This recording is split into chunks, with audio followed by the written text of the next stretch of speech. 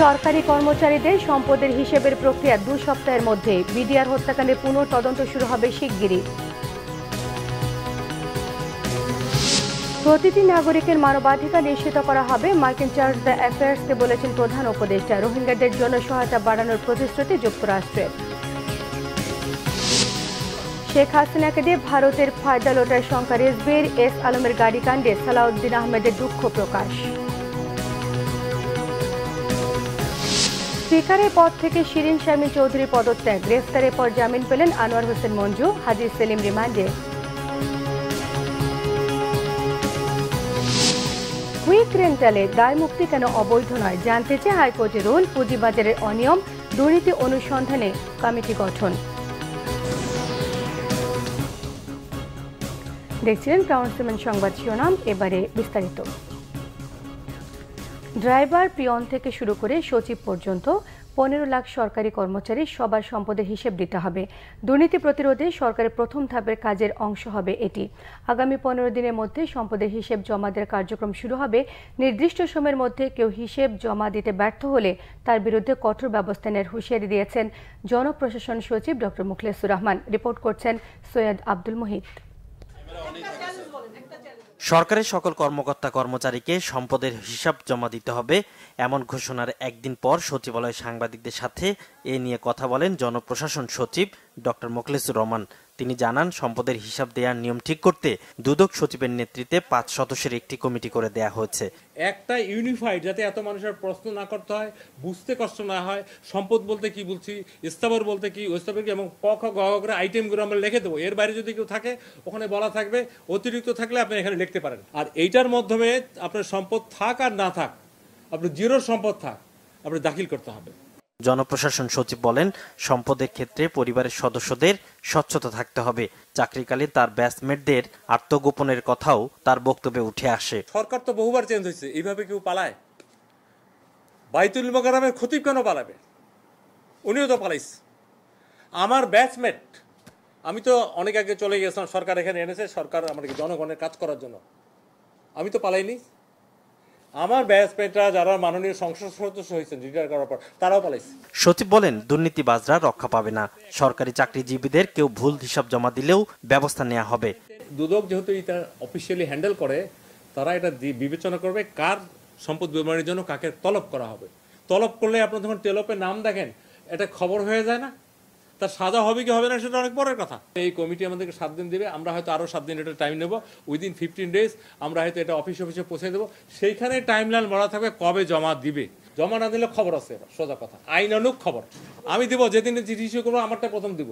সচিব জানান, ডিসিদের fit list চূড়ান্তের পথে 1 সপ্তাহের মধ্যে 25 জেলায় ডিসি নিয়োগ দেওয়া হবে। পাশাপাশি বাকি জেলা থেকেও প্রত্যাহারের কার্যক্রম শুরু হবে। আমরা বলে দেব অমুকের কাছে জমা দেব। সৈয়দ আব্দুল মুহিত, বাংলা ভিশন, ঢাকা। স্বরাষ্ট্র উপদেষ্টা অবসরপ্রাপ্ত লেফটেন্যান্ট জেনারেল জাহাঙ্গীর আলম চৌধুরী জানিয়েছেন, বিডিআর হত্যাকাণ্ডে পুনঃতদন্ত এবং ন্যায় বিচার শিগগিরই শুরু হবে। সাবেক সেনা সদস্য হিসেবে বিডিআর হত্যাকাণ্ডে ন্যায় বিচার চান বলেও জানিয়েছেন তিনি। বলেছেন, সুশাসন প্রতিষ্ঠায় বর্তমান সরকার বদ্ধপরিকর। সচিবালয়ে সাংবাদিকদের এসব কথা বলেছেন স্বরাষ্ট্র উপদেষ্টা। বর্তমান সরকার জনগণের অধিকার, সুশাসন ও ন্যায় বিচার প্রতিষ্ঠায় বদ্ধপরিকর। শুধু স্বরাষ্ট্র উপদেষ্টা হিসাবে নয়, একজন সাধারণ নাগরিক ও সেনাবাহিনীর প্রাক্তন সদস্য হিসেবে আমি বিডিআর হত্যাকাণ্ডের ন্যায় বিচার চাই। সঠিকভাবে এই হত্যাকাণ্ডের পূর্ণ তদন্ত ও ন্যায় বিচার প্রক্রিয়া শীঘ্রই শুরু করা হবে। প্রধান উপদেষ্টা ডক্টর মোহাম্মদ ইউনূস বলেছেন, অন্তর্বর্তীকালীন সরকারের প্রধান কাজ গুরুত্বপূর্ণ সংস্কার শেষে যৌক্তিক সময়ে নির্বাচন দেয়া।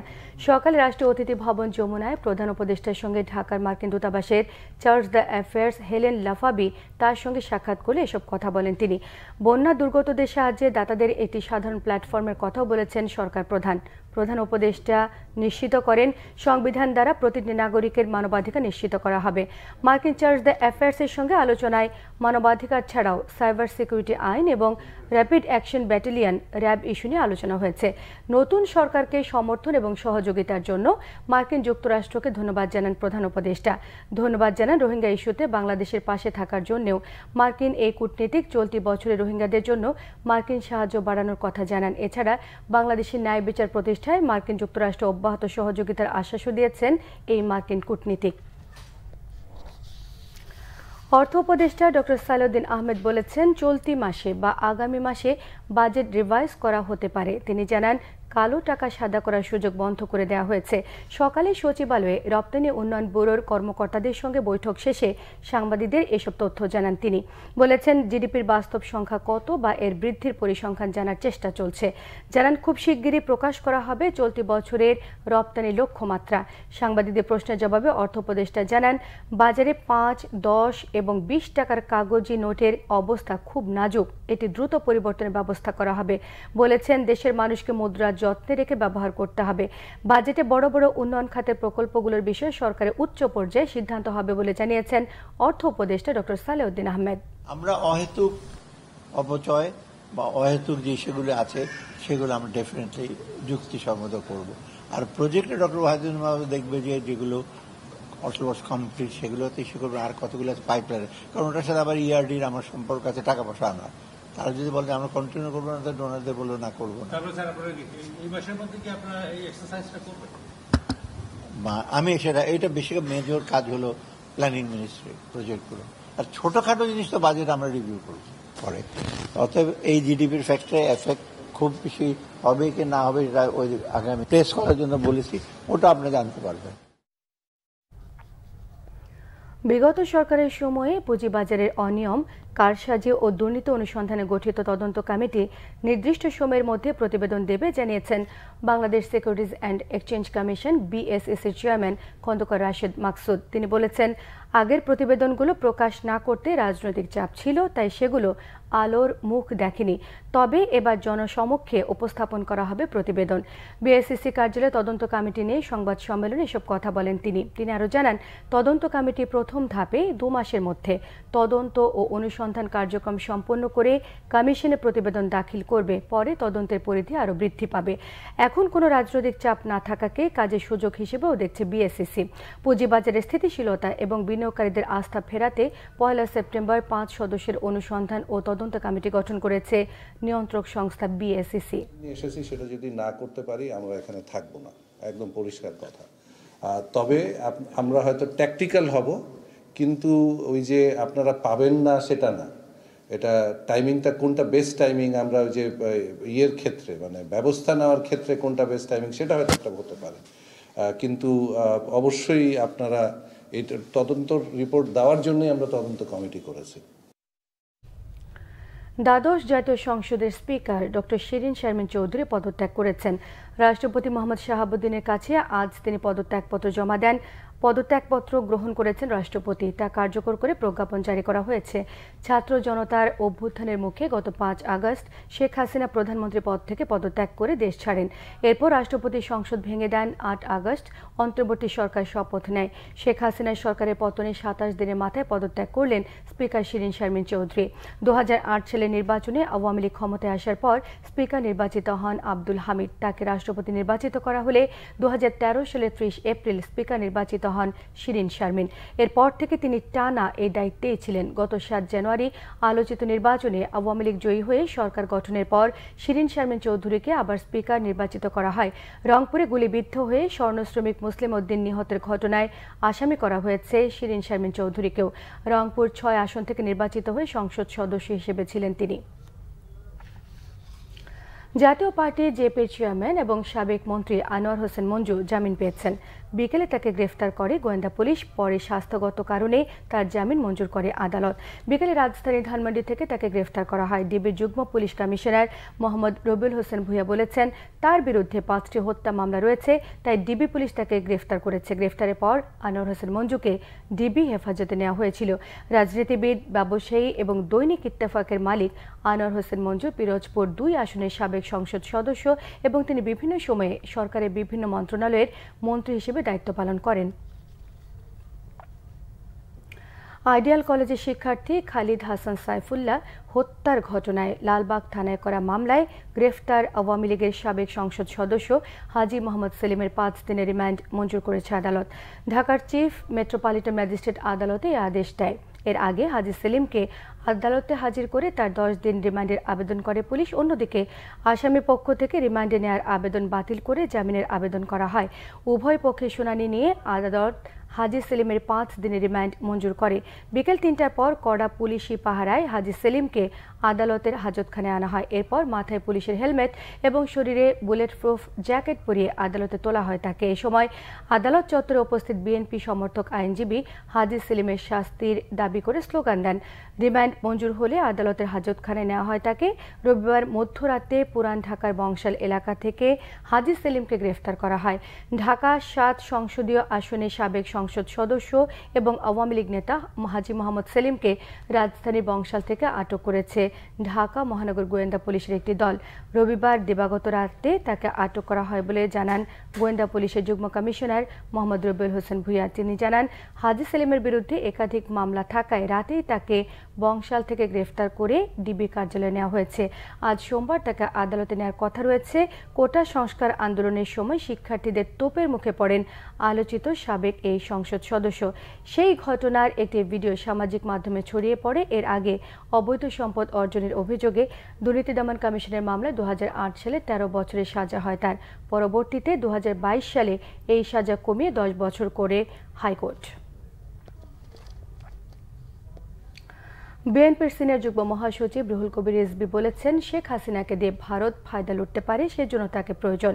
বাংলাদেশের জনগণকে ভারতের দরকার নেই। বিএনপি নয়াপল্টন কার্যালয়ের সামনে জাতীয়তাবাদী প্রচার দল আয়োজিত দ্বিতীয় দফায় লক্ষ্মীপুরের রামগঞ্জে বন্যার্তদের মাঝে ত্রাণ সামগ্রী বিতরণ কর্মসূচির উদ্বোধনী অনুষ্ঠানে তিনি এসব কথা বলেন সরকার মেগা প্রজেক্টের নামে লক্ষ কোটি টাকা কিভাবে বিদেশে পাচার করেছে তা সালমান এফ রহমান নিজেই জানিয়েছেন। শেখ হাসিনা পরিবারের সদস্যরা বিদেশেই থাকেন, দেশের টাকা লুট করে তারা বিলাসিতা করছেন, হাজার হাজার কোটি টাকা দিয়ে ব্যবসা করছেন। কোথায় পেয়েছে সেই টাকা প্রশ্ন রাখেন তিনি। বলেছেন, শেখ হাসিনা আইন শৃঙ্খলা বাহিনীকে দিয়ে গণহত্যা চালিয়েছে। কেউ কেউ যদি মনে করেন শেখ হাসিনার একদলীয় কর্তৃত্ববাদের অবসানের পরে আরেক ধরনের কর্তৃত্ববাদ তৈরি করবেন, নানাভাবে রাষ্ট্রীয় চক্রান্তের মাধ্যমে এটা এই দেশের মানুষ ব্যর্থ করে দিবে। আপনারা সেই ব্যাপারে আমি মনে করি বাংলাদেশের মানুষের যে মূল চেতনা সেটিকে ধারণ করার চেষ্টা করুন। বিএনপি স্থায়ী কমিটির সদস্য সালাউদ্দিন আহমেদ জানিয়েছেন, এস আলমের গাড়ি ব্যবহারের বিষয়ে আগে থেকে কিছুই জানতেন না তিনি। জেলা বিএনপি নেতাকর্মী সহ অনেক শোভানোধ্যায়ী গাড়ি নিয়ে অপেক্ষায় ছিলেন তার। সেখান থেকে একটি গাড়িতে ওঠেন বলে দাবি করেছেন সালাউদ্দিন আহমেদ। তবে অনাকাঙ্ক্ষিত এমন ঘটনায় দেশবাসী আঘাত পেয়ে থাকলে অসাবধানতার জন্য দুঃখ প্রকাশ করেন সালাউদ্দিন আহমেদ। দীর্ঘ 10 বছর পর এলাকাবাসীর ভালোবাসা এবং বাবা মায়ের কবর জিয়ারতে আবেগ আপ্লুত ছিলেন বলেও জানিয়েছেন তিনি। বলেছেন, ফ্যাসিস্ট সরকারের দোসরদের বিচার এবং মুখোশ উন্মোচন করাই এখন অগ্রাধিকার পাওয়া উচিত। অভিযোগ করেছেন, গুম, খুন, জোরপূর্বক অপহরণের বিষয়ে যারা জড়িত তাদের বিরুদ্ধে সঠিক তদন্ত হচ্ছে না, এমনকি আটককৃতদেরও সঠিকভাবে জিজ্ঞাসাবাদ করা হচ্ছে না। প্রয়োজনীয় রাষ্ট্র সংস্কারে জোর দেওয়ার কথাও বলেছেন বিএনপির এই নেতা। আমার পরে কিছু গাড়ি দেখেছি ভিতরে, তা আমাদের নেতাকর্মীরা বলেছেন যে এইটাতে ওঠেন, এই গাড়িতে আমি উঠেছি। তা এখন সেই গাড়িটি কার সেই মুহূর্তে আমি তো ওই চিন্তা ভাবনার মধ্যে ছিলাম না। আমি তখন অনেকটা আবেগ আপ্লুত ছিলাম, আমার দেশবাসীর ভালোবাসায় সিক্ত হচ্ছিলাম এবং মনের মধ্যে মা বাবার কবর জিয়ারতের বাসনায় মগ্ন ছিলাম। আমার পক্ষ থেকে আমি জানতাম যদি যে এই গাড়ি একটি নির্ধারিত কোম্পানির কথা, তাইলে হয়তো আমি সাবধানতা অবলম্বন করতাম। তারপরেও আমার এই অসাবধানতা এবং অনিচ্ছাকৃত ভুলের জন্য যদি আমি দেশবাসীর মনে কষ্ট দিয়ে থাকি এবং অনুভূতিতে আঘাত দিয়ে থাকি, সেই জন্য আমি দুঃখ প্রকাশ করছি। রাজনৈতিক বিবেচনায় দেয়া কুইক রেন্টাল বিদ্যুৎ কেন্দ্রের ক্ষেত্রে দায়মুক্তি কেন অবৈধ নয় তা জানতে চেয়ে রুল জারি করেছে হাইকোর্ট।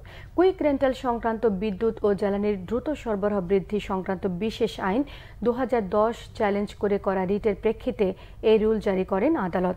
সুপ্রিম কোর্টের 2 আইনজীবীর করা রিটে বলা হয়েছে, বিদ্যুৎ জ্বালানি খাতের দায়মুক্তির এই বিশেষ আইনে সংবিধানের বেশ কয়েকটি ধারা লঙ্ঘন করেছে আওয়ামী লীগ সরকার। আইন মন্ত্রণালয়ের লেজিসলেটিভ ড্রাফটিং বিভাগের সচিব, অর্থ বিভাগের সচিব, বিদ্যুৎ জ্বালানি ও খনিজ সম্পদ সচিব, পেট্রোবাংলার চেয়ারম্যান, বিদ্যুৎ উন্নয়ন বোর্ডের চেয়ারম্যানকে রিটে বিবাদী করা হয়েছে। সেই সঙ্গে রিটে আইনের 6 2 এবং 9 ধারা কেন আইন বহির্ভূত ঘোষণা করা হবে না এই মর্মে রুল জারির আর্জি জানানো হয়েছে। রিটে আরও বলা হয়েছে, এই আইনকে ব্যবহার করে পছন্দের ব্যক্তিকে প্রকল্প দেয়া এবং সরকারি অর্থের অপচয় করা হয়েছে। একই সঙ্গে অপরাধীদের দায়মুক্তি দেওয়ার চেষ্টা হয়েছে বিশেষ বিধান ব্যবহার করে। এই মর্মে রুল জারি করেছে। 6-2 উপধারা যেটা চ্যালেঞ্জ করা হয়েছে, ওইখানে বলা আছে যে সরকারের যত ক্রয় একটা প্রক্রিয়ার মধ্যে দিয়ে হয়, একটা টেন্ডারিং প্রসেস যেটাকে আমরা বলি, একটা প্রক্রিয়ার মধ্যে দিয়ে হয়, কিন্তু এই বিদ্যুৎ কেন্দ্রগুলি মন্ত্রীর একক বিবেচনায় সে যাকে ইচ্ছা তাকে যত টাকা ইচ্ছা তত টাকায় চুক্তি করার ক্ষমতা দেওয়া হয়েছে, যেটা অবশ্যই এটা মানে কোনো সভ্য রাষ্ট্রে কোনো মন্ত্রী এরকম একক ক্ষমতা থাকতে পারে না। বুধবার শুরু হতে যাচ্ছে আইন শৃঙ্খলা বাহিনীর যৌথ অভিযান। সাধারণ মানুষের আস্থা অর্জনে এটি সহায়ক হবে এমনটাই আশা করছেন বিশেষজ্ঞরা। লুট হওয়া অস্ত্র এবং অপরাধীদের আইনের আওতায় আনা অভিযানটির জন্য প্রধান চ্যালেঞ্জ হবে বলে তারা মনে করছেন। রাজনৈতিক প্রভাব না থাকায় এবারের অভিযানটি আগের যে কোনো অভিযানের চেয়ে ত্রুটিমুক্ত হবে এই আশা সংশ্লিষ্টদের। জহিরুল হক জনের ক্যামেরায় বিস্তারিত জানাচ্ছেন জিয়া খান। 5 আগস্ট শেখ হাসিনার পদত্যাগের পরপর দেশের বিভিন্ন থানায় চলে হামলা, ভাঙচুর ও অগ্নিসংযোগ। এইসব ঘটনার সময় লুট হয় থানার অস্ত্র ও গোলাবারুদ। এরপর আইনশৃঙ্খলা বাহিনীর অভিযানে সামান্য কিছু অস্ত্র ও গোলাবারুদ উদ্ধার হয়। এমন বাস্তবতায় লুট হওয়া অস্ত্র ও অবৈধ অস্ত্র উদ্ধারে বুধবার থেকে অভিযান চালাবে যৌথ বাহিনী। আইনশৃঙ্খলা বাহিনীর হারিয়ে যাওয়া মনোবল ফিরে পাবার পাশাপাশি যৌথ অভিযানে আস্থাও বাড়বে জনগণের। অভিমত তৌহিদুল হকের। পুলিশের মধ্যে অনেকেই কোনো একটি রাজনৈতিক দলের বা বিগত সরকারের হয়ে কাজ করেছে, তো সেই জায়গা থেকে তো একটা ভুল বোঝাবুঝি আছেই। এখন এই যৌথ অভিযানের মধ্যে দিয়ে কিন্তু সেই ভুল বোঝাবুঝিরও একটা অবসান ঘটবে, মানুষের আস্থার জায়গাটা তৈরি হবে। পুলিশের কাজ করার ক্ষেত্রে তাদের যে অস্ত্র, তাদের উপকরণগুলো যারা লুট করেছে অথবা নষ্ট করেছে আলামতগুলো, সেই অস্ত্রগুলো উদ্ধার করা। অভিযানে নিরপরাধ কেউ যেন হয়রানি না হয় সেদিকে নজর বাড়ানোর তাগিদ সাবেক এই ডিআইজির। সন্ত্রাসীরা, অস্ত্রধারীরা যেন সীমান্ত পাড়ি দিয়ে প্রতিবেশী রাষ্ট্রগুলোতে না চলে যেতে পারে, সেজন্য বিজিবিকে সতর্ক রাখা হয়েছে। এই 15 বছরে যারা এই সমস্ত অবৈধ অস্ত্র প্রদর্শন করেছে এগুলো উদ্ধার করতে হবে। তো এগুলো উদ্ধার করতে গেলে হয়তো তারা কেউ কোনো কথা বা বিতর্ক সৃষ্টি করতে পারে, তবে এই মুহূর্তে দেশে পারবে না, কারণ তাদের তো এখন দেশে অস্তিত্বই নাই। এবারের অভিযান আগের যে কোনো অভিযান থেকে আলাদা বলে ধারণা তাদের। এখন ছাত্র জনতা তো ঐক্যবদ্ধ, যেটা গত দেশ স্বাধীনের পর থেকে দেখা যায়নি। এবারের মতো ছাত্র জনতা যেহেতু ঐক্যবদ্ধ, আমার ধারণা আইন শৃঙ্খলা বাহিনী, সেনাবাহিনী অভিযানে গেলে পাবলিক সর্বাত্মকভাবে সহযোগিতা করবে। রাজনৈতিক দল ক্ষমতায় থাকলে একটি অভিযানের যে ভবিষ্যৎ দাঁড়ায়, অধিকাংশ অভিযানে কিন্তু আমরা সেই ভবিষ্যৎ দেখেছি, কিন্তু এবারের অভিযানের ভবিষ্যৎ যে ভিন্ন হবে, জনস্বার্থে হবে, সেটা আমরা প্রত্যাশা করছি। এই কারণে যে বর্তমান সরকারের রাজনৈতিক কোনো তাদের যে পরিমণ্ডল বলি অথবা রাজনৈতিক কোনো উদ্দেশ্য নেই, বরং তারা জনস্বার্থেই অভিযানগুলো পরিচালিত হচ্ছে। অপরাধ নিয়ন্ত্রণে যৌথ অভিযানে সাধারণ মানুষকে সহযোগিতার আহ্বান জানান তারা। জিয়া খান, বাংলা ভিশন, ঢাকা। ঢাকা মেডিকেল সহ দেশের হাসপাতালগুলোতে বহির্বিভাগ বন্ধ, চিকিৎসা দেওয়া হচ্ছে কেবল জরুরি বিভাগ আর ওয়ার্ডে। চিকিৎসকদের 2টি দাবি পূরণ করা হয়েছে জানিয়ে ঢাকা মেডিকেলের পরিচালক জানান, আর আন্দোলন চালিয়ে যাওয়া উচিত নয়। এদিকে বিকেলে চিকিৎসকরা জানিয়েছেন, মঙ্গলবার সকাল 10টা থেকে দুপুর 1টা পর্যন্ত চালু থাকবে বহির্বিভাগ। আরও জানাচ্ছেন দীপন দেওয়ান। সোমবার সকাল থেকে ঢাকা মেডিকেল কলেজ হাসপাতালের জরুরি বিভাগের সামনে বিভিন্ন এলাকা থেকে রোগীদের নিয়ে আসা হচ্ছে। টিকিট কেটে জরুরি সেবা নিচ্ছেন। হাসপাতালের নিরাপত্তায় মোতায়েন আছে সেনাবাহিনী, বিজিবি, র্যাব ও পুলিশ সদস্যরা। জরুরি বিভাগের সামনে অবস্থান করছে সেনাবাহিনীর সাজোয়া যান। প্রত্যেক রোগীর সর্বোচ্চ 2 জন স্বজনকে অ্যাটেন্ডেন্ট কার্ড দেওয়া হচ্ছে। যাদের কার্ড থাকছে কেবল তাদেরই হাসপাতালের ওয়ার্ডগুলোতে যাওয়ার অনুমতি দেওয়া হচ্ছে। তবে অনেক রোগীর স্বজনরা অভিযোগ করেন, ওয়ার্ডে রোগীকে দেখার জন্য কোনো চিকিৎসক পাওয়া যাচ্ছে না। কালকে কোনো ডাক্তার ছিল না, এরপরে এই যে আজকে এইমাত্র ডাক্তার আসছে। এখন মনে করেন আমার মা ডেড হয়ে গেছে। এখন আমার একটা আইসিওর কাগজ ধরাই দিছে যে আমি আইসিও যান, মোরা মানুষটা নিয়ে আমি আইসিওতে কি করবো কোন। কালকে দুপুর 12টা, জি এখন পর্যন্ত সামনে যায়নি। নার্সের সাথে কিছুক্ষণ আগে কথা বললাম, বলছে যে আপনার ডাক্তারের সাথে কথা বলেন, আমাদের সাথে কথা বলে লাভ নেই। কিন্তু ডাক্তারের সাথে কথা বলতে পারতেছি না। এখন 2 দিন ধরে আইসি, আসার পরে হোটেলে উঠছিলাম, 1800টা সিট ভাড়া লাগে। এখন দেশে চলে যাওয়া লাগছে, ডাক্তার নাই, কেউ নাই। কে ঢাকা মেডিকেল কলেজ হাসপাতালে চিকিৎসকের ওপর হামলার ঘটনায় গাইবান্ধা থেকে সঞ্জয় পাল জয় নামে একজনকে গ্রেফতার করেছে পুলিশ। ওয়ার্ডে রোগীরা চিকিৎসা পাচ্ছেন না এমন প্রশ্ন করলে তা অস্বীকার করে হাসপাতালের পরিচালক বলেন, চিকিৎসকরা সব জায়গায় তাদের দায়িত্ব পালন করছে। যারা ডাক্তার নিয়োজিত থাকে অন্তর্বিভাগে আর কি, তারা কিন্তু থাকার কথা। যদি না থাকে এটা আমরা দেখব। আমাদের বিভাগে আছে, সকল বিভাগেই থাকার কথা। আমি তো মনে করি আর যুক্তি নেই, কারণ হচ্ছে তাদের দাবি তো ইমিডিয়েট, যেটা 2টা দাবি ছিল তারা তো আমরা অথরিটি তো পূরণ করেছে। কর্তৃপক্ষ এখনও কিন্তু এটার সচেষ্ট আছে বাকি আসামিদের ধরার ব্যাপারে।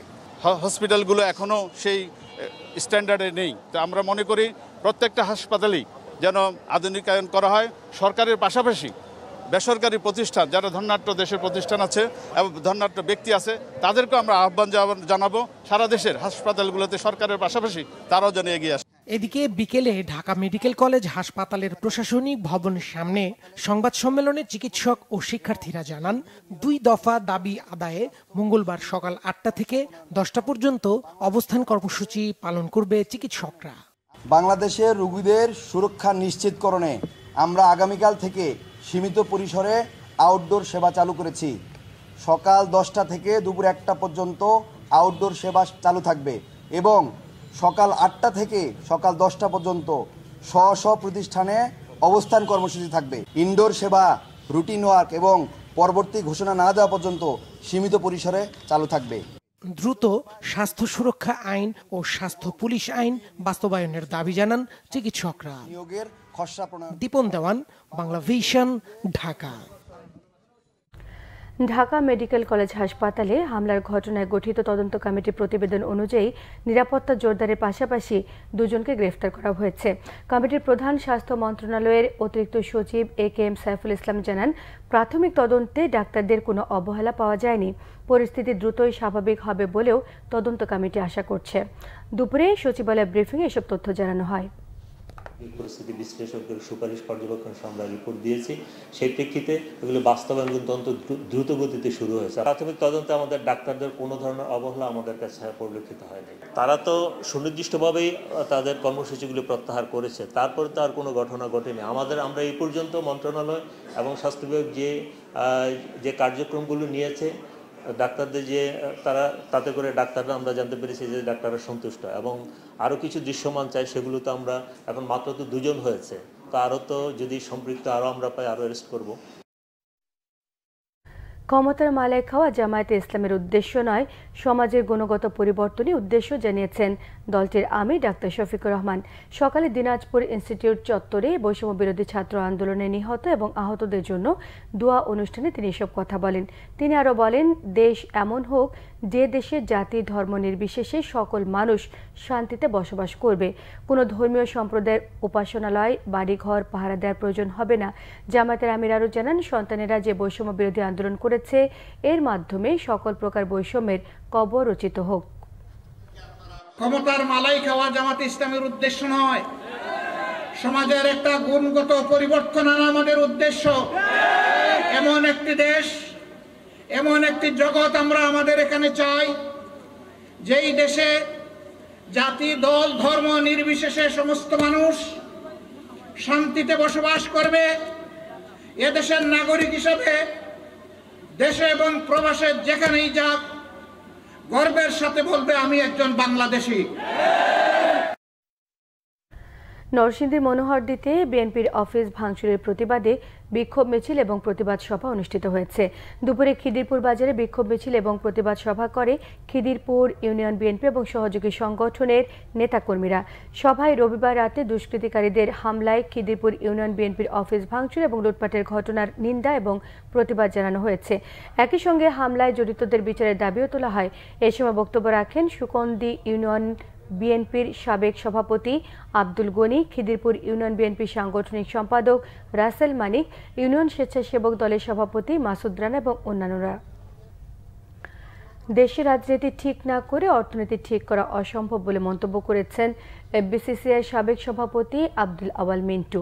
বিকেলে রাজধানীর একটি হোটেলে Bangladesh garments buying house association BGBA এর উদ্যোগে চলমান পরিস্থিতিতে তৈরি শিল্প খাতের সংকট এবং উত্তরণের উপায় শীর্ষক আলোচনায় এসব কথা বলেন তিনি। বলেছেন, গত 15 বছরে কোনো প্রতিষ্ঠানই সঠিক পরিসংখ্যান দেয়নি, এতে সবচেয়ে ক্ষতির সম্মুখীন হয়েছেন ব্যবসায়ীরা।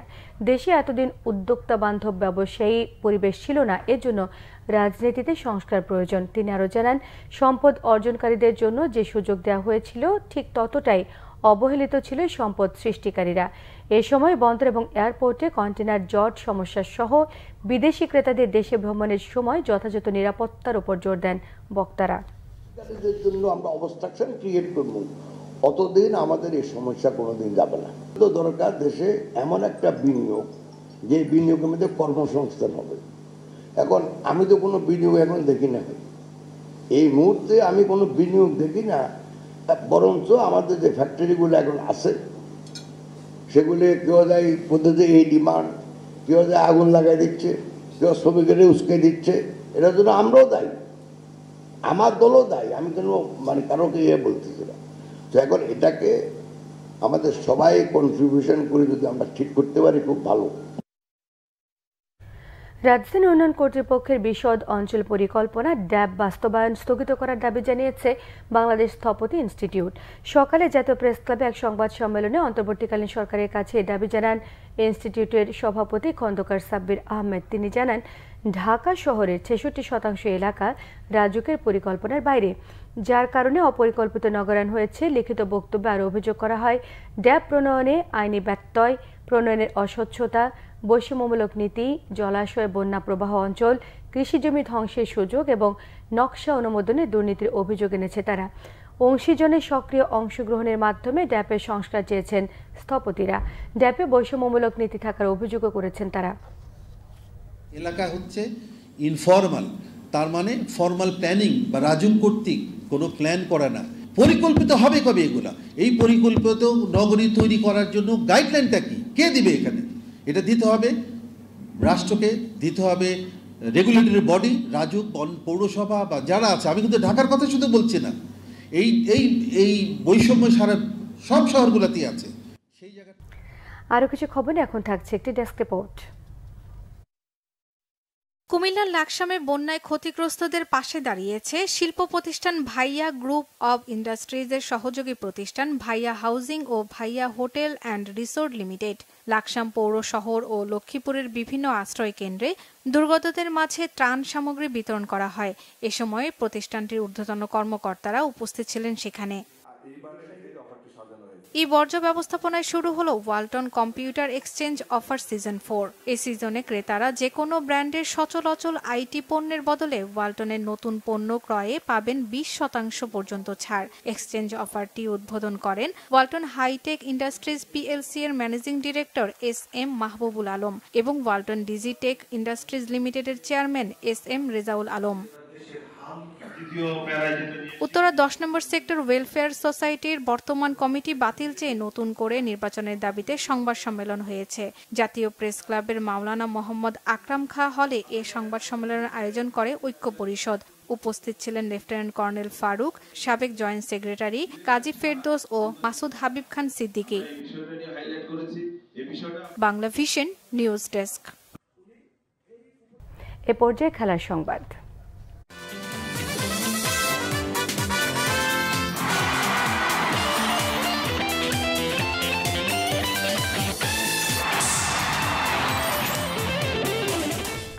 ক্রীড়া উপদেষ্টা আসিফ মাহমুদের সঙ্গে মতবিনিময় সভায় দেশীয় ক্রীড়া ফেডারেশনগুলোতে খেলাধুলার পরিবেশ নিশ্চিত করার উপর গুরুত্ব দিয়েছেন ক্রীড়া সাংবাদিকরা। একই সঙ্গে অর্থনৈতিক স্বচ্ছতা আনার জন্য জাতীয় ক্রীড়া পরিষদের অধীনে বিসিবি, বাফুফে সহ সকল ফেডারেশনে অডিটের বিষয়ে জোর দিয়েছেন সাংবাদিকরা। দেশে ৫৫টি ক্রীড়া ফেডারেশন এবং অ্যাসোসিয়েশন রয়েছে, কিন্তু বেশিরভাগই ফেডারেশন চলছে গতানুগতিক ধারায়।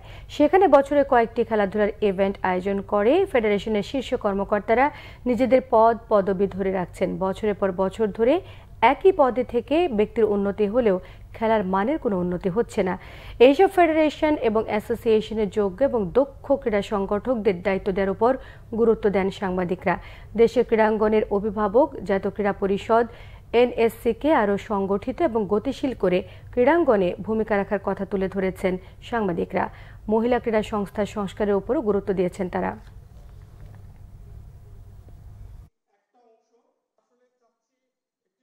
দুর্নীতিগুলো হয় মূলত সিন্ডিকেট গঠনের কারণে, যেটা আমরা দেখেছি যে প্রত্যেকটা জায়গায় যাদেরকে দায়িত্ব দেওয়া হয় তারা নিজেদের মধ্যে একটা সিন্ডিকেট করে ফেলে এবং সেভাবেই তারা নিজেদের মতো করে ভাগ বাটোয়ারা করে, যেটা বলা হয় আর কি, পরিচালনা করে।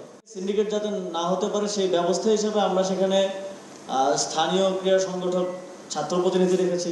মাঝে মধ্যে দেখা যায় কিছু নিউজ অনেক প্লেয়ারদেরকে মানে ইনস্ট্যান্ট বড় একটা টুর্নামেন্টের আগে প্লেয়ারের সাইকোলজিকে ডিস্টার্ব করার মতো অনেক নিউজ হয় এবং সেগুলো অনেকগুলোই অ্যাজাম্পশন বেসড নিউজ আমি দেখেছি আর কি। আমি অ্যাডভাইজার হিসেবে বলছি না, আমি এটা একজন দর্শক হিসেবে দেখেছি। তো সেই জায়গায় আপনারা পরিবর্তন আনার চেষ্টা করবেন, বস্তুনিষ্ঠতা আনার চেষ্টা করবেন। সংবাদ শেষ করব, শিরোনামগুলো আরো একবার জানিয়ে দিয়ে। সরকারি কর্মচারীদের সম্পদের হিসেবে প্রক্রিয়া 2 সপ্তাহের মধ্যেই। বিডিআর হত্যাকাণ্ডে পুনঃতদন্ত শুরু হবে শিগগিরই। প্রতিটি নাগরিকের মানবাধিকার নিশ্চিত করা হবে, মার্কিন চার্জ দ্য অ্যাফেয়ার্সকে বলেছেন প্রধান উপদেষ্টা। রোহিঙ্গাদের জন্য সহায়তা বাড়ানোর প্রতিশ্রুতি যুক্তরাষ্ট্রের। শেখ হাসিনাকে দিয়ে ভারতের ফায়দা লোটার শঙ্কা রেজবির। এস আলমের গাড়িকাণ্ডে সালাউদ্দিন আহমেদের দুঃখ প্রকাশ। স্পিকারের পদ থেকে শিরিন শারমিনের পদত্যাগ। গ্রেফতারের পর জামিন পেলেন আনোয়ার হোসেন মঞ্জু। হাজি সেলিম রিমান্ডে। কুইক রেন্টালের দায়মুক্তি কেন অবৈধ নয় জানতে চেয়ে হাইকোর্টের রুল। পুঁজিবাজারের অনিয়ম দুর্নীতি অনুসন্ধানে কমিটি গঠন।